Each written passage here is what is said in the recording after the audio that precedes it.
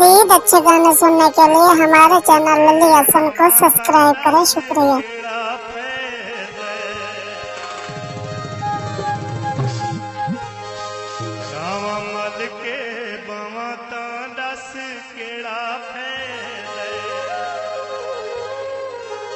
सादा थी सी ते ओ सादे नाल बासी, सादा थी सी ते ओ सादे नाल बासी, कुछ सादे विच होया तां आप आस, कुछ सादे विच होया तां आप आस, पिछे भजदे रावां तां दस केड़ा पै, रावां मल के बावां तां दस केड़ा पै, सादा थी सी ते ओ सादा थी सी ते ओ सादे नाल बासी, कुछ सादे विच होया आप आस, कुछ सादे विच होया आप आस।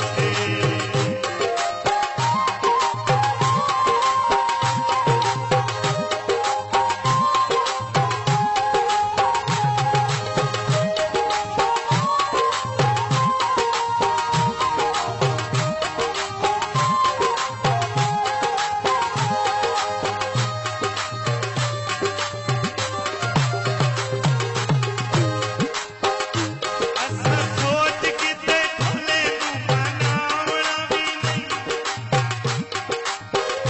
होर सिर उत्ते ढोले नूं चढ़ावणा वी नहीं,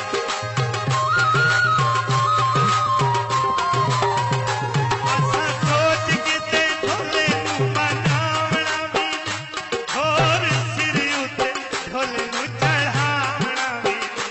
कदा कई वैरां दे कदा कई वैरां दा पता संगदा सी, कुछ साडे विच होया तां आप आस, कुछ साडे विच होया तां आप आस।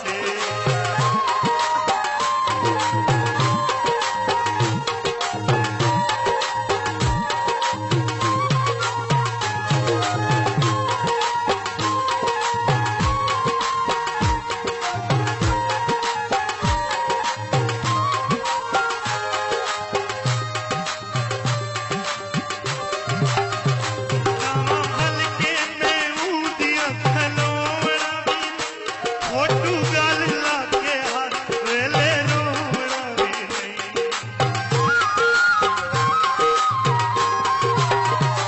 रावां मल के मैं ऊदियां खलोवणा वी नहीं, खोटू गल लागे हर वेले रोवणा वी नहीं, हिक दी आप ओ हिक दी आप ओ कदमां ते ढासी, कुछ साडे विच होया आप आस, कुछ साडे विच होया तां आप आस।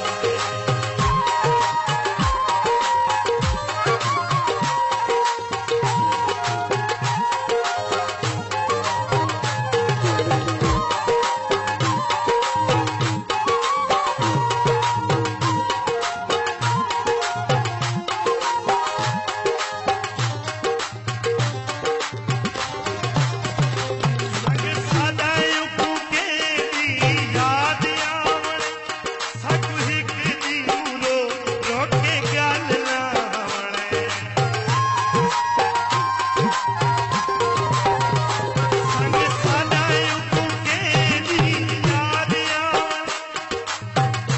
सकु हिक दी रो रोके गल ना आवणे, मेरा विच रह के ओ मेरा विच रह के ओ बड़ा पछतासी, कुछ सादे विच होया This video uploaded by Ali Hassan.